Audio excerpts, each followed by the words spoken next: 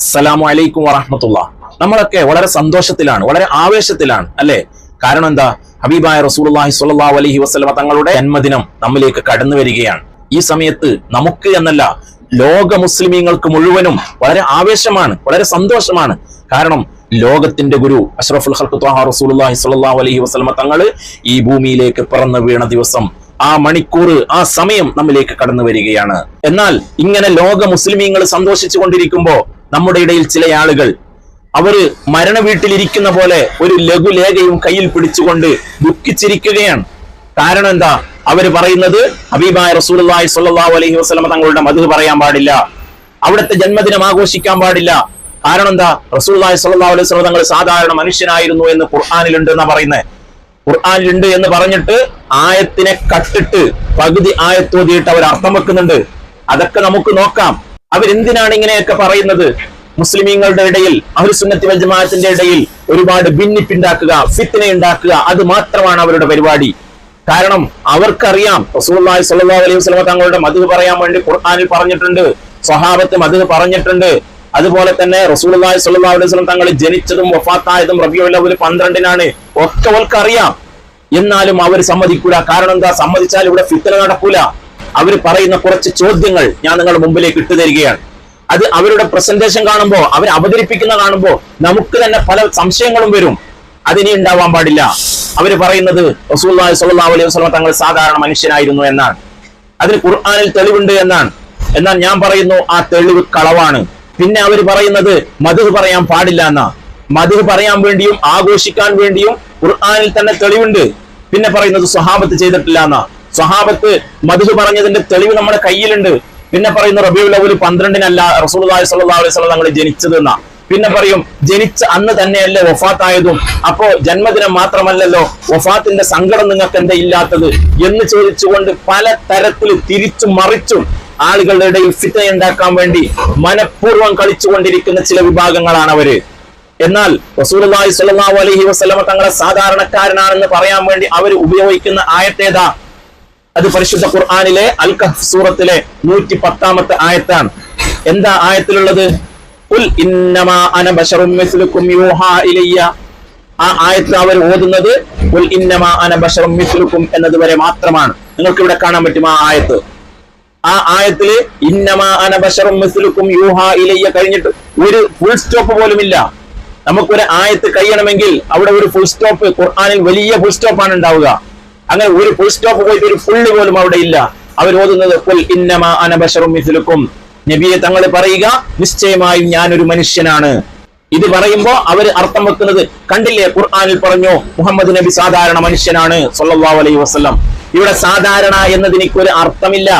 ഖുൽ, നബിയെ തങ്ങൾ പറയുക, ഇന്നമാ അന, നിശ്ചയമായും ഞാൻ, ബശറുൻ, ഒരു മനുഷ്യനാണ്, മിസ്ലുക്കും, നിങ്ങളെപ്പോലത്തെ സാധാരണ മനുഷ്യൻ എന്നതിന് അർത്ഥമില്ല അവിടെ. മാത്രമല്ല ഈ ആയത്ത് കഴിഞ്ഞിട്ടില്ല. യൂഹാ ഇലയ്യ, എന്നിലേക്ക് വഹി അറിയിക്കുന്നുണ്ട്. വഹി അറിയിക്കുന്ന ആൾ സാധാരണ മനുഷ്യനാണോ? വഹി എന്ന് പറഞ്ഞാൽ എന്താ? മലക്കിനെ ഡയറക്റ്റ് കാണുകയാണ്.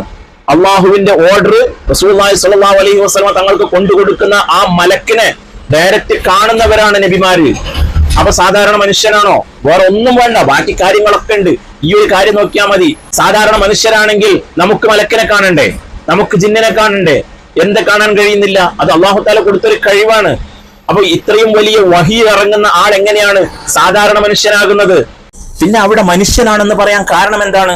റസൂലുള്ളാഹി സ്വല്ലല്ലാഹു അലൈഹി വസല്ലം തങ്ങളോട് അല്ലാഹു തആല പറയാണ്, നിങ്ങൾ പറഞ്ഞു കൊടുക്ക് നബിയെ, ഞാൻ നിങ്ങളെപ്പോലത്തെ മനുഷ്യനാണ്, അല്ലാതെ മലക്കല്ല, ജിന്നല്ല. ഞാൻ നിങ്ങളെപ്പോലത്തെ മനുഷ്യനാണ്, പക്ഷെ സാധാരണ മനുഷ്യനല്ല. സാധാരണ എന്നതിനൊക്കെ അവിടെ അർത്ഥമില്ല. അത് ഖുർആനിന്റെ തെളിവാണ്. ഇനി നമ്മുടെ ചെറിയ ബുദ്ധി കൊണ്ട് ഞാനൊന്ന് ചോദിക്കട്ടെ, ലോകത്ത് എല്ലാ ഭാഗത്തും മുസ്ലിമീങ്ങളുണ്ട്. ആ ഭാഗങ്ങളിലൊക്കെയും 5 വഖത്ത് നിസ്കാരത്തിന് ബാങ്ക് കൊടുക്കുന്നുണ്ട്. ആ ബാങ്ക് കൊടുക്കുന്ന സമയത്ത് എന്തിനാണ് മുഹമ്മദ് നബി സല്ലല്ലാഹു അലൈഹി വസല്ലം തങ്ങളുടെ പേര് 2 പ്രാവശ്യം ബാങ്കിൽ വിളിച്ചു പറയുന്നത്? സാധാരണ മനുഷ്യനാണെങ്കിൽ ഏതെങ്കിലും ആളുടെ പേര് പറഞ്ഞാൽ പോരെ? സാധാരണ മനുഷ്യനാണെങ്കിൽ ഏതെങ്കിലും കുടുംബക്കാരെയോ മറ്റോ പേര് പറഞ്ഞാൽ പോരെ? എന്തിനാണ് മുഹമ്മദ് നബി സല്ലല്ലാഹു അലൈഹി വസല്ലം തങ്ങളുടെ പേര് പറയുന്നത്? മാത്രമല്ല നിസ്കാരത്തിൽ അത്തഹിയ്യാത്ത് ഓതണ്ടേ? അത്തഹിയ്യാത്ത് ഓതിയില്ലെങ്കിൽ നിസ്കാരം സ്വഹിയാവില്ലല്ലോ. ആ അത്തഹിയ്യാത്തിൽ ഡയറക്റ്റ് മദീനയിലേക്ക് നമ്മൾ സലാം പറയാണ്, അസ്സലാമു അലൈക അയ്യുഹൻ നബിയ്യു എന്തിനാണ് അവിടെ റസൂലുള്ളാഹി സ്വല്ലല്ലാഹു അലൈഹി വസല്ലം തങ്ങളോട് സലാം പറയുന്നത്? സാധാരണ മനുഷ്യരാണെങ്കിൽ ഏതെങ്കിലും ആളോട് സലാം പറഞ്ഞാൽ പോരെ? ആ സലാം പറഞ്ഞില്ലെങ്കിൽ നിസ്കാരം സ്വഹിയാവോ? ഇതൊക്കെ നമ്മുടെ ചെറിയ ബുദ്ധി കൊണ്ട് ചിന്തിച്ചാൽ മതി. അപ്പൊ തന്നെ നമുക്ക് മനസ്സിലാവും ഇത് സാധാരണ മനുഷ്യനല്ല, ഇത് സാധാരണ മനുഷ്യനല്ല. പിന്നെ അവർ ചോദിക്കുന്നത് റസൂലുള്ളാഹി സ്വല്ലല്ലാഹു അലൈഹി വസല്ലം തങ്ങളുടെ പേരിൽ മദ്ഹ് പറയാൻ തെളിവുണ്ടോന്നാ. അതിനും തെളിവ് ഖുർആനിലുണ്ട്. ഏകദേശം ഉസ്താദുമാരും പറയുന്നത് നിങ്ങൾ കേട്ടിട്ടുണ്ടാകും. പരിശുദ്ധ ഖുർആനിലെ സൂറത്ത് യൂനുസിലെ 58-ാമത്തെ ആയത്ത്. എന്താ ആയത്തിൽ പറയുന്നത്? ഖുൽ ബിഫദ്ലില്ലാഹി വബിറഹ്മതിഹി വബിദാലിക ഫൽയഫ്റഹൂ.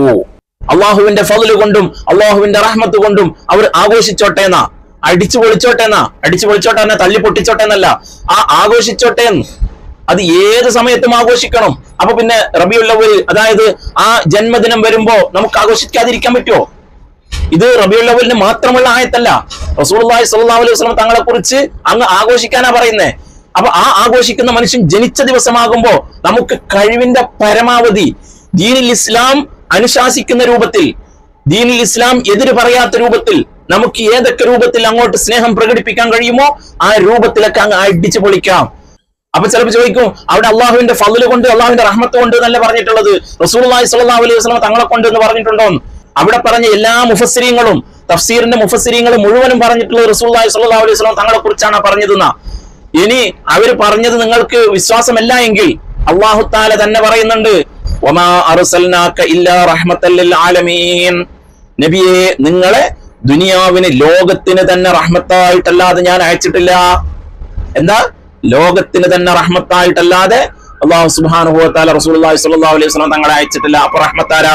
മുഹമ്മദ് നബി സ്വല്ലല്ലാഹു അലൈഹി വസല്ലം. അപ്പൊ ആ റഹ്മത്ത് കൊണ്ട് നിങ്ങൾ സന്തോഷിച്ചോ എന്ന് പറഞ്ഞാലോ, റസൂലുള്ളാഹി സ്വല്ലല്ലാഹു അലൈഹി വസല്ലം തങ്ങളെ കൊണ്ട് നിങ്ങൾ സന്തോഷിച്ചോളൂ. എന്നാൽ ഇവിടെ വേറൊരു കാര്യം പറയാനുള്ളത്, പരിശുദ്ധ ഖുർആനിൽ എല്ലാ കാര്യങ്ങളും വിശദീകരിച്ചുകൊണ്ട് പറയില്ല. ഞാനൊന്ന് ചോദിക്കട്ടെ, നമ്മുടെ മേൽ നിർബന്ധമായ 5 വഖ്ത് നിസ്കാരം ഖുർആനിൽ എന്താ പറഞ്ഞേ? ഖുർആനിൽ പറഞ്ഞത് വഅഖീമുസ്സലാഹ്, നിങ്ങൾ നിസ്കാരം നിലനിർത്തുക. എങ്ങനെയാണ് നിസ്കരിക്കേണ്ടതെന്ന് ഖുർആനിൽ വിശദീകരിച്ചിട്ടുണ്ടോ? ഓരോ നൃത്തവും റുക്കൂഉം സുജൂദും എന്നൊക്കെ പറഞ്ഞിട്ട് ഖുർആൻ വിശദീകരിച്ചിട്ടുണ്ടോ? ഇല്ല. അത് വിശദീകരിച്ചതാരാ? തഫ്സീറിന്റെ ഇമാമുമാർ, അതുപോലെ തന്നെ റസൂലുള്ളാഹി സ്വല്ലല്ലാഹു അലൈഹി വസല്ലം തങ്ങള്, മദ്ഹബിന്റെ ഇമാമിങ്ങൾ, ഇങ്ങനെ പണ്ഡിതന്മാരാണ് നമുക്കത് വിശദീകരിച്ചു തന്നത്. അതുപോലെയല്ലേ നമ്മൾ നിസ്കരിക്കുന്നുള്ളത്. അപ്പൊ ഖുർആനിൽ എല്ലാ കാര്യങ്ങളും വിശദീകരിച്ച് പറയണമെന്നില്ല. ഏകദേശം തിരിയുന്ന ആളുകൾക്ക് തിരിയും. ഒരു ചൊല്ല് നമ്മൾ പറയാറില്ലേ, ഉറങ്ങുന്ന ആളെ നമുക്ക് എഴുന്നേൽപ്പിക്കാൻ പറ്റും, ഉറക്കം അഭിനയിക്കുന്ന ആളെ നമുക്ക് എഴുന്നേൽപ്പിക്കാൻ പറ്റൂല എന്ന്. ആ രൂപത്തിൽ അവർക്ക് അറിയാം, എങ്കിലും അവർ സമ്മതിക്കൂല. അപ്പോ ഖുർആനിൽ ഹബീബായ റസൂലുള്ളാഹി സ്വല്ലല്ലാഹു അലൈഹി വസല്ലം തങ്ങളുടെ പേരിൽ മദ്ഹ് പറയണം എന്നുണ്ട്. എന്നാൽ സ്വഹാബത്ത് പറഞ്ഞിട്ടുണ്ടോ? എന്താ സ്വഹാബത്ത് പറയാത്തത്? അതാണ് അടുത്ത ചോദ്യം. ആര് പറഞ്ഞു സ്വഹാബത്ത് റസൂലുള്ളാഹിന്റെ മദ്ഹ് പറഞ്ഞിട്ടില്ല എന്ന്? മൗലിദ് റസൂലുള്ളാഹിന്റെ കാലഘട്ടത്തിൽ തന്നെ ഈ ഹസ്സൻ ബിൻ സാബിത്ത് റളിയല്ലാഹു തആല നിരവധി സ്വഹാബിമാരെ സംഘടിപ്പിച്ചുകൊണ്ട് മദിയത്തെ പള്ളിയിൽ ചൊല്ലാറുണ്ടായിരുന്നു. റസൂലുള്ളാഹിന്റെ കാലത്ത്, മരണത്തിന് ശേഷമുള്ള ആണ്ടല്ല, ജന്മദിനത്തിൽ റസൂലുള്ളാഹിന്റെ കാലത്ത് തന്നെ സ്വഹാബിമാരെ പങ്കെടുപ്പിച്ചുകൊണ്ട് ഹസ്സൻ ബിൻ സാബിത്ത് ചൊല്ലാറുണ്ടായിരുന്നു. റസൂലുള്ളാഹിന്റെ വഫാത്തിന്റെ ശേഷവും അബൂ ഹുറൈറ തുടങ്ങിയ മഹാന്മാരായ സ്വഹാബിമാരെ പങ്കെടുപ്പിച്ച് ഹസ്സൻ ബിൻ സാബിത്ത് റളിയല്ലാഹു തആല മദിയത്തെ പള്ളിയിൽ നിന്ന് മൗലിദ് ഓതി. ഹജൗത മുഹമ്മദൽ വജബ്തു അൽഹു വഇൻദല്ലാഹി ഫിദാകൽ ജസാഉ ഹജൗത മുഹമ്മദൽ ബർറൻ തഖിയാ റസൂലുള്ളാഹി സീമത്തുൽ വഫാഉ. അല്ലാഹുവിന്റെ റസൂലിന്റെ മഹത്വങ്ങളും അതോടൊപ്പം അല്ലാഹുവിന്റെ റസൂലിനെ ആക്ഷേപിക്കുന്നവർക്കുള്ള മറുപടിയും രണ്ടും കൂടി സമ്മിശ്രമായി ഉൾക്കൊള്ളിച്ചുകൊണ്ട് അല്ലാഹുവിന്റെ റസൂലിന്റെ മൗലിദ് റസൂലുള്ളാഹിന്റെ കാലത്ത് തന്നെ ഹസ്സൻ ബിൻ സാബിത്തും അബൂ ഹുറൈറ തുടങ്ങിയ സ്വഹാബിമാരുടെ നേതൃത്വത്തിൽ മദീനത്തെ പള്ളിയിൽ നടന്നു. റസൂലുള്ളാഹിന്റെ വഫാത്തിന്റെ ശേഷം അതേ സംഭവം നടന്നു. സഹീഹുൽ ബുഖാരിയിലും സഹീഹ് മുസ്ലിമിലും ഉണ്ട് ഈ ഹദീസ്. സഹീഹ് മുസ്ലിമിന് ശറഹ് എഴുതിയ ഏറ്റവും വലിയ പണ്ഡിതനാണ് ഇമാം നബവി റഹ്മത്തുള്ളാഹി അലൈഹി. ശാഫിഈ മദ്ഹബിൽ ഒരു മസ്അലയെ പറ്റി പണ്ഡിതന്മാരോട് ചോദിക്കുമ്പോൾ ഇമാം നബവി എന്ത് പറഞ്ഞു എന്നാണ് പണ്ഡിതന്മാർ നോക്കുന്നത്. അതാ ഫത്വ കൊടുക്കുന്നത്. ചോദ്യം വന്നാൽ ആ വിഷയത്തിൽ ഇമാം നബിയുടെ അഭിപ്രായം എന്താണെന്നാണ് നോക്കുക. ഇമാം നബിയുടെ അഭിപ്രായം ഉണ്ടെങ്കിൽ അതാണ് മുൻഗണന നൽകുക.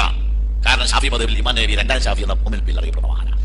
ഈ ഇമാം നബവി റഹ്മത്തുള്ളാഹി അലൈഹി ഈ ഹദീസ് വിശദീകരിച്ച് ശറഹ് മുസ്ലിമിൽ എഴുതി ഈ ഹദീസ് നമുക്ക് നൽകുന്ന പാഠം, ആരംഭ നബി സല്ലല്ലാഹു അലൈഹി വസല്ലം മൗലിദ്, അവിടുത്തെ മദ്ഹ് പള്ളികളിൽ വെച്ച് ചിലർ സുന്നത്താകുന്നു എന്ന ഇമാം നബി ഈ ഹദീസ് വെച്ചുകൊണ്ട് സഹാബത്ത് മൗലിദ് ഓതി ഹദീസ് വിശദീകരിച്ചുകൊണ്ട് ഇമാം നബി ശറഹ് മുസ്ലിമിൽ പറഞ്ഞു റസൂലുള്ളാഹിന്റെ മൗലിദ് അഥവാ അവിടുത്തെ മദ്ഹ് പള്ളികളിൽ വെച്ച് ചിലർ സുന്നത്താണ്. ഞാൻ ചോദിക്കട്ടെ, ബുഖാരിയും മുസ്ലിമും സ്വഹാബിമാർ റസൂലുള്ളാഹിന്റെ മൗലിദ് പാരായണം ചെയ്യലുണ്ടായിരുന്നു എന്ന ഹദീസ് കൊണ്ടുവരുന്നു. ഇമാം നബിയെ പോലത്തെ പണ്ഡിതന്മാർ ആ ഹദീസ് മനസ്സിലാക്കിക്കൊണ്ട് റസൂലുള്ളാഹിന്റെ മൗലിദും മദ്ഹും പള്ളിയിൽ വെച്ച് ചിലർ സുന്നത്താണെന്ന് അവർ ഗ്രന്ഥങ്ങൾ രേഖപ്പെടുത്തുന്നു. മുസ്ലിമീങ്ങൾക്ക് ഇനി വേറൊരു തെളിവിന്റെ ആവശ്യമുണ്ടോ ഈ വിഷയത്തിൽ? റസൂലുള്ളാഹി സ്വല്ലല്ലാഹു അലൈഹി വസല്ലമ തങ്ങള് മദീനയിലേക്ക് കടന്നു വരുമ്പോ അവിടുത്തെ തെരുവീതിയിൽ ദഫ് മുട്ടിയിട്ട് സ്വഹാബത്ത് സ്വീകരിച്ചു. ത്വലഅൽ ബദ്റു അലൈന, എന്താ പറഞ്ഞത്? ത്വലഅൽ ബദ്റു അലൈന, നമ്മളിലേക്ക് അതാ പരിപൂർണ ചന്ദ്രൻ, പൂർണ്ണ ചന്ദ്രൻ ഉദിച്ചിട്ടുണ്ട്, പൂർണ്ണ ചന്ദ്രൻ നമ്മളിലേക്ക് കടന്നു വരുന്നുണ്ട്. അപ്പൊ റസൂലുള്ളാഹി സ്വല്ലല്ലാഹു അലൈഹി വസല്ലം തങ്ങൾ പറഞ്ഞു, എന്നെ കുറിച്ച് അങ്ങനെ പറയരുത്, എന്നെ കുറിച്ച് അങ്ങനെ പറയരുത്, നിങ്ങളൊക്കെ മുശ്രിക്കായി, നിങ്ങൾക്ക് വീണ്ടും ഷഹാദത്ത് കലിമ ചൊല്ലുമെന്ന് പറഞ്ഞോ? എന്താ പറയാ, അത് തന്നെയല്ലേ മൗലിദ്, നമ്മളും പാടുന്നത് അത് തന്നെയല്ലേ? അന്തതത്ലു ബൈനന ഫിൽ കവാകിബി കൽബുദൂർ, കൽബുദൂർ ബദ്ർ ഷംസ്, സൂര്യനും ചന്ദ്രനും. ആ ബദ്ർ എന്ന് പറഞ്ഞാൽ തന്നെ ത്വലഅൽ ബദ്റു അലൈന, മനസ്സിലാകുന്ന ആൾക്ക് മനസ്സിലാകും, അല്ലാത്ത ആളുകളോട് പറഞ്ഞിട്ടും കാര്യമില്ല. ഇതൊക്കെ നമ്മൾ അവരോട് പറഞ്ഞാൽ അവര് അടവ് മാറ്റും. അടുത്ത ചോദ്യം എന്താ അറിയോ? എന്നാൽ റബീഉൽ അവ്വൽ 12-നാണ് റസൂലുള്ളാഹി സ്വല്ലല്ലാഹു അലൈഹി വസല്ലം തങ്ങൾ ജനിച്ചു എന്ന് എനിക്ക് എന്താണ് തെളിവ്? അങ്ങനെ എവിടെയും ഇല്ല, എവിടെയും അങ്ങനെ ഒരു കണക്ക് രേഖപ്പെടുത്തിയിട്ടില്ല എന്നാണ് പറയുന്നത്. എന്നാൽ ഡസൻ കണക്കിന് കിതാബുകളിൽ റസൂലുള്ളാഹി സ്വല്ലല്ലാഹു അലൈഹി വസല്ലം തങ്ങൾ ജനിച്ചത് റബീഉൽ അവ്വൽ 12-നാണ് എന്ന് എഴുതിയിട്ടുണ്ട്. അതിൽ ഏറ്റവും പ്രബലമായ എല്ലാ ഇമാമുമാരും ഒരുപോലെ അംഗീകരിക്കുന്ന ചരിത്ര ഗ്രന്ഥകർത്താവായ ബഹുമാനപ്പെട്ട മുഹമ്മദ് ബിൻ ഇസ്ഹാഖ് എന്നവര് വളരെ വ്യക്തമായി രേഖപ്പെടുത്തുന്നുണ്ട്, അല്ലാഹുവിന്റെ റസൂൽ സ്വല്ലല്ലാഹു അലൈഹി വസല്ലം തങ്ങൾ ജനിച്ചത് റബീഉൽ അവ്വൽ 12-നാണ്, വഫാത്തായതും റബീഉൽ അവ്വൽ 12-നാണ്. എന്നാൽ ഇതുപോലെ ഡസൻ കണക്കിന് കിതാബുകളിൽ റസൂലുള്ളാഹി സ്വല്ലല്ലാഹു അലൈഹി വസല്ലം തങ്ങളുടെ ജന്മദിനം ഈ റബീഉൽ അവ്വൽ 12-നാണ് എന്ന് രേഖപ്പെടുത്തിയിട്ടുണ്ടെന്ന് ഉസ്താദ് പറയുന്നുണ്ട്. ഞാനൊന്നും കേൾക്കാത്ത പണ്ഡിതന്മാരും ഞാനൊന്നും അറിയാത്ത കിതാബുമായതുകൊണ്ട് ഉസ്താദ് പറയട്ടെ. നബി സല്ലല്ലാഹു അലൈഹി വസല്ലം തങ്ങൾ ജനിച്ചത് റബീഉൽ അവ്വൽ 12-നാണ് എന്ന് പ്രബലമാക്കിയിട്ടുള്ള, അഭിപ്രായത്തെ പ്രബലമാക്കിയിട്ടുള്ള ഒരുപാട് ഇമാമികളും അവരുടെ ഗ്രന്ഥങ്ങളും നമുക്ക് പറയാൻ പറ്റും. അത് പറഞ്ഞാൽ തീരുവയില്ല. ഒന്ന് 213 ഹിജ്റ 300-ന്റെ മുമ്പ് വഫാത്തായ അൽ ഇമാം ഇബ്നു ഹിഷാം റഹ്മത്തുള്ളാഹി അലൈഹി അവിടുത്തെ അസിറത്തുൻ നബവിയ്യ എന്ന അവിടുത്തെ സീറയിൽ പറയുന്നുണ്ട്. അതേപോലെ തന്നെ അൽ ഇമാം ഇബ്നു നാസിറുദ്ദീൻ അദ്ദിമശ്കി റഹ്മത്തുള്ളാഹി അവിടുത്തെ ജാമിഉൽ ആസാറിൽ പറയുന്നുണ്ട്. അതേപോലെ തന്നെ ഇമാം നവവി റഹ്മത്തുള്ളാഹി തൽഖീസ് 301 302-ലും, അതുപോലെ അൽ ഇമാം ഇബ്നുൽ മുലഖിൻ തങ്ങൾ അവിടുത്തെ തൗദീഹിലും, ഇമാം ഇബ്നുൽ ജൗസി തങ്ങൾ തൽഖീഹിലും, ഖസ്തലാനി ഇമാം അൽ മവാഹിബുൽ ദുനിയ എന്ന് പറയുന്ന കിതാബിലും, അതുപോലെ ഇമാം മനാവി തങ്ങൾ അവിടുത്തെ അൽ ഉജാലത്തു സനിയ എന്ന് പറയുന്ന കിതാബിലും. എത്ര ഇമാമുമാരായി, എത്ര കിതാബുകളായി? സംശയമുള്ള ആളുകൾക്ക് ആ കിതാബുകൾ വാങ്ങാം. അത് നോക്കി വായിക്കാൻ അറിയാത്ത ആളുകൾക്ക് അടുത്തുള്ള ഉസ്താദുമാരുമായി ബന്ധപ്പെട്ടാൽ അവർ വായിച്ചുകൊണ്ട് അർത്ഥം വെച്ച് തരും. അവർ വാള്യങ്ങളും പേജുകളൊക്കെ പറയുന്നുണ്ട്. അതുപോലെ തന്നെ അലിമാം അൽ അദ്ഹരി തങ്ങൾ ശറഹുദ്ദുൽ സനിയ എന്ന് പറയുന്ന കിതാബിൽ 1:105 അങ്ങനെ തുടങ്ങി നിരവധി ഇമാമികൾ. അലിമാം ഇബ്നു ഹജർ തങ്ങൾ മിഹ്ർ മക്കിയിൽ പറയുന്നുണ്ട് 114. അതുപോലെ അലിമാം ഹലബി തങ്ങൾ സീറത്തുൽ ഹലബിയിൽ പറയുന്നുണ്ട്. അതേപോലെ തന്നെ അൽ ഹാഫിദ് ഇബ്നു കസീർ തന്നെ അവരുടെ അൽ ബിദായത്തു വൻ നിഹായിൽ പറയുന്നുണ്ട് 3:375. ഇമാം ഷാമി അവിടുത്തെ സുബ്ഹുൽ ഹുദാ റഷാദ് 1:334 നോക്കിയാൽ കാണാവുന്നതാണ്. അതേപോലെ അലിമാം സുഹൈലി അവിടുത്തെ അത് 581 വഫാത്തായ പണ്ഡിതനാണ്. അറൗൽ ലംഫ് എന്ന് പറയുന്ന ഗ്രന്ഥത്തിൽ 2:98 പറയുന്നുണ്ട്. അതുപോലെ അൽ ഹാഫിദ് ദഹബി അവരുടെ താരീഖുൽ ഇസ്ലാം പറയുന്നുണ്ട്. അതേപോലെ തന്നെ ഇമാം സഹാബി 902 വഫാത്തായ പണ്ഡിതനാണ്. അൽ അജ്ബത്തുൽ മുദിയ എന്ന് പറയുന്ന ഗ്രന്ഥത്തിൽ പറയുന്നുണ്ട്. അതേപോലെ തന്നെ ഇസുദ്ദീൻ ഇബ്നു ജമാഅ റഹ്മത്തുള്ളാഹി അവർ 767 വഫാത്തായ പണ്ഡിതൻ അവിടുത്തെ അൽ മുഖ്തസറുൽ കബീറിൽ പറയുന്നുണ്ട്. അതേപോലെ തന്നെ അൽ ഇമാം അൽ ആമിരി 893 വഫാത്തായ പണ്ഡിതനാണ് അവിടുത്തെ ബഹ്ജയിൽ പറയുന്നുണ്ട്. അതേപോലെ തന്നെ അൽ ഇമാം സൈനുദ്ദീൻ അൽ മലഖി റഹ്മത്തുള്ളാഹി 920 വഫാത്തായ പണ്ഡിതനാണ് അവരുടെ വായിത്ത് സൗൽ ഫീ സിറത്തുർ റസൂൽ എന്ന് പറയുന്ന കിതാബ് പറയുന്നുണ്ട്. മതി, വീഡിയോ ഒരുപാട് നീണ്ടുപോകും. ഇനിയും ഒരുപാട് കിതാബുകൾ ഉണ്ട് എന്നാണ് ഉസ്താദ് പറയുന്നത്. ആട്ടെ, അപ്പോ കിതാബുകളിലുണ്ട് റസൂലുള്ളാഹി സ്വല്ലല്ലാഹു അലൈഹി വസല്ലം തങ്ങൾ ജനിച്ചത് റബീഉൽ അവ്വൽ 12-നാണ് എന്ന്. ഇനി കിതാബുകളൊന്നും നിങ്ങൾക്ക് വിശ്വാസമല്ലെങ്കിൽ നിങ്ങളിൽപ്പെട്ട ആളുകൾ തന്നെ പറയട്ടെ. പ്രവാചകനെ സ്നേഹിക്കുന്നത് നമ്മളിപ്പോ സ്നേഹിക്കാൻ വേണ്ടി ഒരു മാസം തെരഞ്ഞെടുക്കുക, അത് റബീഉൽ അവ്വൽ മാസമാണ്. പക്ഷെ പടച്ചോന്റെ പണി നോക്കി നിങ്ങള്. നബി സല്ലല്ലാഹു അലൈഹി വസല്ലമ ജനിച്ച അതേ മാസം തന്നെ മരിച്ചു. എന്തേ റബീഉൽ ആഖിർക്കാണ് നീട്ടിച്ചൂടോ മരണം? ആയി പറ്റൂല. റസൂലുള്ളാഹി സ്വല്ലല്ലാഹു അലൈഹി വസല്ലം മരിച്ചിട്ടില്ലേ? ഉണ്ട്. റസൂലുള്ളാഹി സ്വല്ലല്ലാഹു അലൈഹി വസല്ലം മരിച്ചത് എന്നാ നിങ്ങൾക്ക് അറിയോ? എന്താണ്? ജനിച്ച അന്ന് റബീഉൽ അവ്വൽ 12-ന് തിങ്കളാഴ്ചയാണ് റസൂലുള്ളാഹി സ്വല്ലല്ലാഹു അലൈഹി വസല്ലം മരിച്ചത്. അപ്പോ സംശയമുള്ള ആൾക്ക് അതും കേട്ടല്ലോ. അപ്പൊ ഏതായാലും റസൂലുള്ളാഹി സ്വല്ലല്ലാഹു അലൈഹി വസല്ലം തങ്ങൾ ജനിച്ചത് റബീഉൽ അവ്വൽ 12-നാണ്, വഫാത്തായതും അതേ ദിവസമാണ്, തിങ്കളാഴ്ചയാണ്. തിങ്കളാഴ്ചയാണ് എന്നതിന് എനിക്ക് തെളിവോ?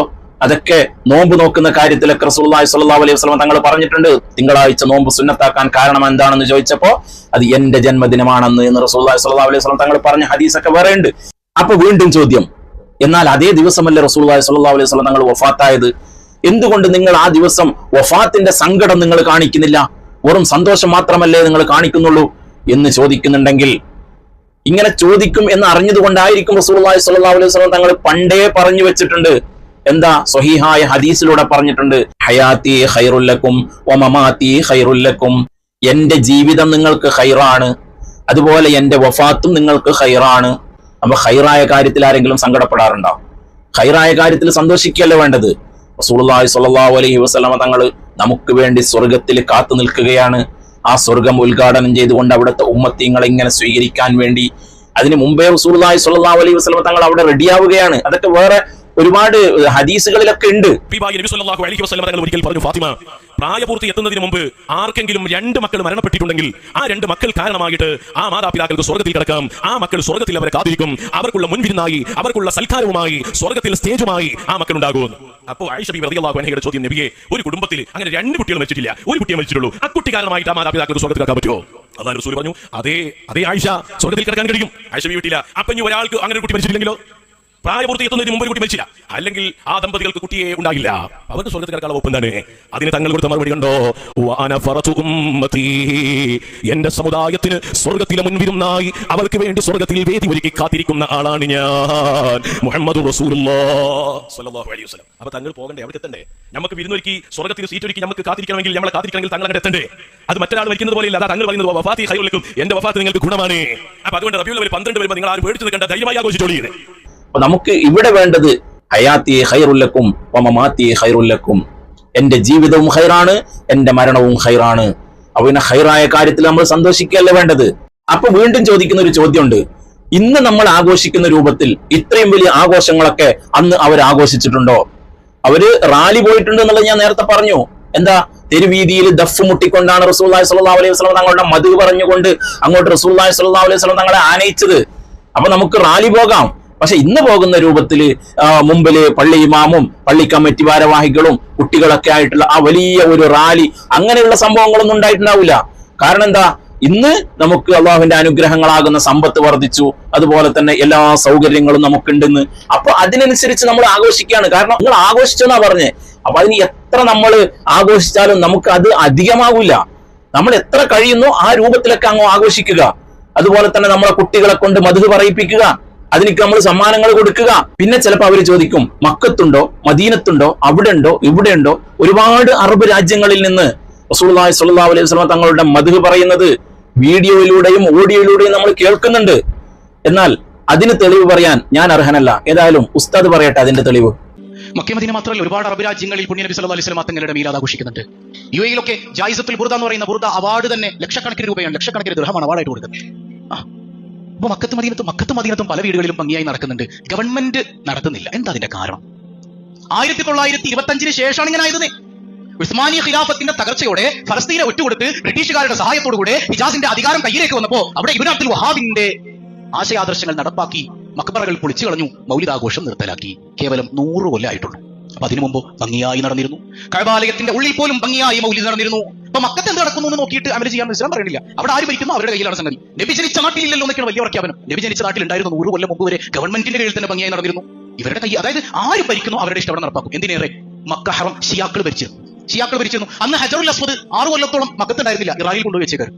6 കൊല്ലം ഹജറുൽ അസ്വദ് ഇറാനിലായിരുന്നു. അപ്പൊ നിങ്ങൾ പറയോ മക്ക ഭരിച്ചവർ ചെയ്യുന്നതൊക്കെ ശരിയാണ്, അതുകൊണ്ട് അന്ന് ഷിയാക്കൾ ഭരിച്ചതും ശരിയാണ്, ഹജറുൽ അസ്വദ് ഇരിക്കേണ്ടത് ഇറാനിലാണെന്ന് നിങ്ങൾ പറയൂ? ഇല്ലല്ലോ. അപ്പൊ ഓരോരുത്തരുടെ ഇഷ്ടം, അവരുടെ ഭരണാധികാരികൾ അവർക്ക് ഇഷ്ടം അവിടെ നടപ്പാക്കുന്നു. അതൊന്നും നമ്മളെ ബാധിക്കുന്ന വിഷയമല്ല. നമുക്ക് ഖുർആനുണ്ട്, സുന്നത്തുണ്ട്, ഇജ്മാ ഉണ്ട്, ഖിയാസുണ്ട്, എല്ലായിടങ്ങളും പറയുന്നു മുത്തുനബി സല്ലല്ലാഹു അലൈഹി വസല്ലം തങ്ങളുടെ ജന്മം അത് അനുഗ്രഹമാണ്, അള്ളാഹുവിന്റെ ചിഹ്നമാണ്, നിങ്ങൾ ആഘോഷിക്കണേ എന്ന് പരിശുദ്ധ ഖുർആൻ. അല്ലാഹു തൗഫീഖ് ചെയ്യട്ടെ. റസൂലുള്ളാഹി സ്വല്ലല്ലാഹു അലൈഹി വസല്ലം തങ്ങൾ പറഞ്ഞത്, നിങ്ങളുടെ മാതാപിതാക്കളെക്കാളും നിങ്ങളുടെ ഭാര്യ മക്കളെക്കാളും നിങ്ങളെ സ്വന്തം ശരീരത്തിനേക്കാളും നിങ്ങൾ എന്നെ സ്നേഹിച്ചില്ല എങ്കിൽ നിങ്ങൾ പരിപൂർണ്ണ മുഅ്മിനാവുകയില്ല. അപ്പൊ നമ്മുടെ സ്വന്തം ശരീരത്തിനേക്കാളും കൂടുതൽ നമ്മൾ സ്നേഹിക്കേണ്ട റസൂലുള്ളാഹി സ്വല്ലല്ലാഹു അലൈഹി വസല്ലം തങ്ങളാണ്. എന്നാൽ അവിടുത്തെ ജന്മദിനം ആഘോഷിക്കാൻ പാടില്ല. നമ്മുടെ മക്കളെ ജന്മദിനം എങ്ങനെ വേണമെങ്കിലും ആഘോഷിക്കാം, അല്ലെ? നമ്മുടെ നമ്മളെയോ ജന്മദിനം ആഘോഷിക്കാൻ നമുക്ക് വകുപ്പില്ല, അതിന് നമുക്ക് അനുമതിയില്ല. എന്നാൽ നമ്മൾ ഈ ആഘോഷിക്കുന്നത് ആ ഇസ്ലാമിന്റെ ചിട്ടക്കൂടിൽ നിന്നുകൊണ്ടാണ്. ഇസ്ലാം അനുവദിക്കാത്ത ഒരു കാര്യവും നമ്മൾ ഇതിൽ ഉൾപ്പെടുത്തുന്നില്ല. കള്ളു കുടിച്ചുകൊണ്ടല്ല ആഘോഷിക്കുന്നത്, അല്ലെങ്കിൽ വേറെന്തെങ്കിലും ഹറാമായ കാര്യം കൊണ്ടല്ല ആഘോഷിക്കുന്നത്. നമ്മൾ റസൂലുള്ളാഹി സ്വല്ലല്ലാഹു അലൈഹി വസല്ലം തങ്ങളുടെ മദ്ഹ് പറയാൻ അല്ലാഹു തആല പറഞ്ഞിട്ടുണ്ട്. അതുകൊണ്ട് നമ്മൾ പറയുന്നു. ഇങ്ങനെ എന്തൊക്കെ കാര്യങ്ങളാണ്, ഒക്കെ നല്ലതാണ്, ഒക്കത്തിനും അള്ളാഹുവിന്റെ അടുത്ത് നിന്ന് പ്രതിഫലവും നൽകും. അപ്പോ ഇത് തന്നെ ഏകദേശം ധാരാളമാണ്. ഈ കാര്യങ്ങൾ കേട്ട നിങ്ങളെല്ലാം ഈ വീഡിയോക്ക് ഒരു ലൈക്ക് ചെയ്യുക, ഇതിന്റെ താഴെ നിങ്ങളുടെ അഭിപ്രായം രേഖപ്പെടുത്തുക, എന്നിട്ട് മറ്റുള്ള ആളുകളിലേക്ക് കഴിയുന്നത്ര നിങ്ങൾ ഷെയർ ചെയ്തെത്തിക്കുക. കാരണം എന്താ, ഒരാൾക്കെങ്കിലും ഒരു അഭിപ്രായ വ്യത്യാസം ദൂരീകരിക്കാൻ കഴിഞ്ഞാൽ, അവരുടെ മനസ്സിലുള്ള ഒരു ഷെക്ക്, ഒരു സംശയം നീങ്ങിക്കിട്ടാൻ നിങ്ങൾ കാരണമായാൽ അള്ളാഹുവിന്റെ അടുത്ത് അതിനുള്ള പ്രതിഫലം ലഭിക്കും. അള്ളാഹു തആല നമ്മെ എല്ലാവരെയും ഹബീബായ റസൂലുള്ളാഹി സ്വല്ലല്ലാഹു അലൈഹി വസല്ലം തങ്ങളുടെ യഥാർത്ഥ മുഹിബ്ബിൽ ഉൾപ്പെടുത്തി തെരുമാറാവട്ടെ. ആമീൻ യാ റബ്ബൽ ആലമീൻ. ദുആ വസിയത്തോടു കൂടി അസ്സലാമു അലൈക്കും വറഹ്മത്തുള്ളാഹി.